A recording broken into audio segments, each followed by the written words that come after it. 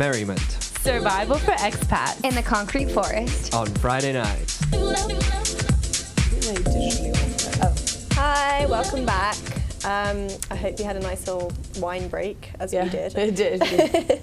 I mean, we're also kind of concerned, is anyone watching? And if you're not watching, actually, that's quite good, because we're hoping that means you're at the protest. Yeah. But if you are watching, you know, give us a little waves, because it's a bit lonely over here at the moment. Or even better, if you're watching at the protest, that would be amazing. That'd be like multitasking, which I cannot do. Protesting and watching. Yeah. So we actually, before we were going to do this show, one of the main things, I was very concerned. Cassie said, of course we have to talk about this. We were talking about what's the show going to be this week, and for weeks we had a certain plan, but then this week Cassie said the most obvious thing: we would look like idiots if we didn't talk about this, and we would feel like idiots, especially for people who consider ourselves so in love with this country. Yeah. So it is a country. But it is a country. I totally believe that it is a country. And one of the main things, I told my father, and I told a bunch of people, and everyone has sort of been, there's been a lot of people that have, you know, congratulated us on saying it, but there's also been a lot of fear for us, for, you know, how opinionated can we get? And we did sit here before and discuss how opinionated can we get? Yeah. Can we be opinionated? Like, and how do you guys feel about that? I think that people shouldn't be living in fear. I mean, obviously we are, and we have to be, but what kind of commentary does that make? Like, yeah, I agree with that. I mean, basically, I went into a university this week and I kind of interviewed some lecturers and some students. Like, as soon as I walked into the university, there was a whole group of people in like black t-shirts just sitting on the floor peacefully. I mean, this was far away from Central as well. It's like really far. They were just sat there peacefully. I talked to a few of the lecturers and they were saying, they asked me what I thought about it. They said, do you think this is a good thing or do you think this is a bad thing? And I said, 100% think this is a good thing. Why wouldn't it be? And they go, well, it's ruining Hong Kong's, it could be perceived as ruining Hong Kong's reputation as being a peaceful place. At the moment it hasn't. The only thing that it's really ruined is perhaps not ruined, but it's sort of emphasized the government's role in the perceptions that the West has of us, actually. 100%. I think if anything, it's showing us. It's showing the community in well a good light. It's not showing us in a bad and a selfish light. I think it's showing us as people who can. I mean, a lot of people are saying Hong Kong is showing the world how to demonstrate peacefully. Yeah. It is. I mean, there was another lecturer that also said, I am so happy that my students, I don't care if they miss lessons, they're going out to fight for our freedom, and I am 100% with that. And I really respect a lot of employers as well. My boss actually as well said, you do what you got to do. You got to get involved. Yeah. But I think I think everyone in Hong Kong has been everyone in Hong Kong and the West, I believe, like apart from Russia, Russia seems to think that this is all being sponsored by the UK and the US as some sort of like revolutionary. Oh, go away, Russia! Yeah. Sorry, but yeah, no. Go away, Russia. The Russian government isn't exactly an example of. But the rest of the West seems to be of the opinion that obviously pro-democracy, and as long as we continue doing this in a peaceful way, then we are doing it the right way, and that we will have their backs. And so, you know, I'm just saying, let's keep it peaceful, guys. Let's not get some hot tempers. Yeah. Mainland China, on the other hand, has been responding. Well, actually, they barely responded because they've been cancelling they've been getting rid of all the social media and censoring everything. What a surprise. But that's how you know that it's sort of, they are feeling a little bit threatened. Yes, and the state-run tabloid, I'm going to have to read from my notes at this point because I'm going to be quoting things, but also if you notice, well, you can't really see it, but I drew umbrellas with umbrella signs on my happy little notepad, but you can't really see it. Anyway, so the state-run tabloid, what isn't state-run in China, the Global Times stated that Hong Kong radical activism was doomed and Chinese government would not budge on Hong Kong's future. And to be honest, I do actually think that I think these protests are amazing for morale. I think they're incredible, but I do think that they are. I agree. There's going to be a crackdown from China. This is going to end badly either way. Yeah, which and it's I'm so upset about. I mean, something's gonna happen, which is horrible. And because I think people won't leave until something bad happens. I don't even like to think about it. I can't even imagine what could possibly go What could possibly happen? Well, I know. Well, let's go back to 1989 and let's talk about Tiananmen Square. Yep. I always pronounce that wrong, but you know exactly what I'm talking about. So what was it, the 4th of July, I believe? Was it 4th of July, 4th of June? Anyway, lovely June 4th. Once again, June 4th. Once again, it was a movement started by students, as a lot of similarities. all the great movements are. There are a lot of similarities. Except for the Red Guard. That probably wasn't a good one. Well, we don't know yet, but we're in the process of the student movement. And in fact, the Tiananmen Square massacre, as it has now been known in the West, was deleted from the Chinese history pages. Now, for anyone that doesn't know, it was run by students, and it was about the government. It was fears over the red communism, etc. And to begin with, it was peaceful. Then it turned to a sort of 7-week occupation. Famine. Yeah. And like they were starving themselves, politically starving themselves, etc. And then basically China, the government relinquished their power and went to martial law. For anyone that doesn't know what martial law is, that's when basically the government says, right, we can't do anything more, we're putting the military in control. Which we don't want. So the military came into Tiananmen Square, where there were just students and people who were just living their normal lives. Like it was basically students, workers, and just people who lived there, like completely. It's just like occupiers. People are doing laundry and like. They're just residents, and they came in with assault rifles and they just started shooting down residents, people who weren't even involved, residents, students, everyone. And China claims that there were between 200 and 300 that were killed in this, including their own soldiers. As you know, as we all know, China likes to sort of edit history a little bit. And understate. Trying to say one example of this I saw recently was in the MTR.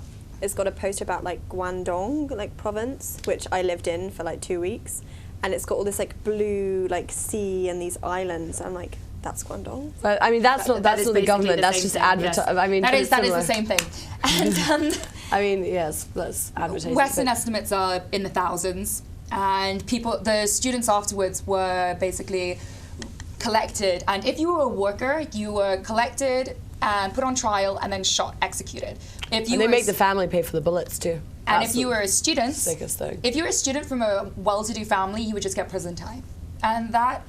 Prison time in communist China, though, not that fun. And so what I've actually been saying to people is that this is amazing. The community, the fervor of this week has been incredible.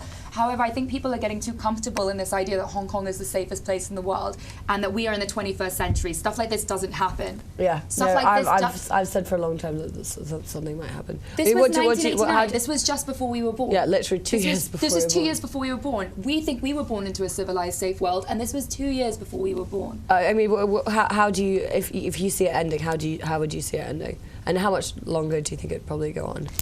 I don't know. Like when it first started, I was kind of thinking, oh, a few days, like. Well, me too. Peaceful kind of thing. I think that's what everyone thought. And it's been going on for a week now. And I hope it goes on as long as down. possible. I think. Yeah, it will be I it's hope a that standoff. too. I hope that too, but it's been going on, and I've just been thinking like this is not going to end well. Well, I don't hope it goes as long as possible, because if they give up, it will be because the government gives into the demands. But it's probably not going to happen. China has recently reacted to how long this has gone forward. And it is stated that the pro-democracy Occupy Central protests are illegal and are hurting Hong Kong. After this, they have then publicly given us a warning, I would say more a threat. And the threat goes, and this is, I am quoting, "If it continues, the consequences will be unimaginable. If a few you mean, well, okay, they have a strange idea. Yeah, a few, just anyway, 100,000. If a few people are determined to go against the rule of law and provoke disturbances, in the end they will reap what they have sown." An editorial that starkly resembles the famous April 26th editorial that preempted the Tiananmen Square massacre. So we've got something to look forward to. Well, it's not something to take lightly. Like it's something very. I mean, I feel like, and also that we aren't qualified to speak of it as much as we'd like to. Of course not. Everyone knows that this is a chat show where previously we have just eaten Chinese food and chilies and talked about nonsense, what we like to do. We just thought we'd do a much more serious show today. If you let us know if you enjoyed us actually being more serious, and maybe we can skew more things towards that. But of course, we were saying there's no way you can't cover it. No, there's no way we can just skim over this. Like if we'd come on and started talking about, I don't know, like eyeliner. Social media or like eyeliner, you guys would have been like, oh my god, shut the fuck up. Are they really that ignorant? Yeah, are they that dizzy? Anyway, yeah, what would you say? Yeah, like, I'm just going to talk briefly about coming here as like an expat. Like, I've been here all in all about over a year and a half or something like that. And I remember coming here for the first time and I was thinking, this is such a free place. Like, I have never lived somewhere like this. I want to move here. I was only kind of working here for a couple of months at the time. I was like, even compared to the UK, this is like the ideal place to live. I lost my mic. That's what the worried face is about. I thought it was just stuff I was saying. Yeah, I was like, what have I said now? No. I don't even know if anyone heard anything earlier because I lost my mic. But yeah, I just want to ask you, Cassie, a question. Like, you were Thanks. Just me, just not well, B. were you living here before 1997? Yeah. B was born here as well. I'm 22 years old. I know, but I'm confused when you were in England and when you were in here. I'll ask you both a question in that case. So can you remember a time when it was kind of owned by England? To be honest, I haven't seen much difference. There's less white policemen. That's pretty much like, that's what I always say when people ask me, like, oh, was it a big change? There were a lot of people panicking what would happen in 1997. A lot of people left Hong Kong. Oh, so many people. Like Western people just moved out as if we were turning into some sort of crazy army town. Yeah. Which definitely didn't happen, but it could. No, do. I mean. No, it didn't happen immediately. Everyone thought it was going to happen basically handover. Yeah, handover, and then the tanks would roll in. And we'd suddenly be exactly the same as mainland China. That never happened until, and people keep asking me, can you feel it? And I really couldn't until this year. Yeah, this year you could. How can you not? The editor being macheted on the street. Yeah, there were two newspaper editors. Two of them. I mean, can we talk about that? I don't know, but well, we can. We're just stating facts at this point. Yeah, it's two attacks on. I mean, the most important thing that we have in Hong Kong compared to mainland China: freedom of speech, freedom of press. I mean, relative freedom of press. I think that's a whole other issue, but that's what sets us apart, I think. So the main thing that everyone is fighting for at the moment is that in the 2017 elections, we should have, freedom to vote. Unfortunately, they said complete autonomy was the exact words they used. And so what we are being told is going to happen is that there's going to be 3 people that are going to be chosen by basically Chinese officials. That's not a and then we will have the option of voting for them. And according to the higher up government, this is universal suffrage. We are being given a vote. No, we're not being given a vote. We're being given a selective vote. There's also a stipulation in the law that they have recently created, as they can create laws whenever they want, which is that should we pick, let's just say, person B, and that's the person who we vote from their selective vote, that person, if the Chinese government or the Hong Kong government doesn't like that, they'll just go, you know what, no, you're getting A. Yeah, but that's like, how could they think that this wouldn't happen? To be honest, they should have predicted it. I mean, especially, they really should have been like, shit's gonna go down. Like, did they think we were gonna take it lying down? So that's the main thing we're fighting for, but we're also, things that we have to think about that also, I don't think people think about as much. Well, I know everyone's thinking about it, but we need to talk about this, is can we live in a country where if this is the next movement and we start becoming more Chinese, more mainland, can we deal with the schools becoming, they want to initiate national textbooks where basically history is defined by what the mainland Chinese decide is history. But would you stay here? If no. There would be no social media would be monitored or even cut out. But do you think China might get more liberal? No, absolutely not. But they don't forget they opened their doors to the West, and they have. I mean, I'm not saying progress at the rate of. They want allies. I mean, they haven't progressed. Allies? No, they want trade. Yeah, they want. They're like, don't want we're doing allies. a little bit for you. We're going to own you. So I mean, they really. I forgot my point now. Oh yeah, they have actually progressed. Don't forget, China has progressed from being this horrible police state to a less horrible police state. Well, everywhere's progressed. But I do feel like.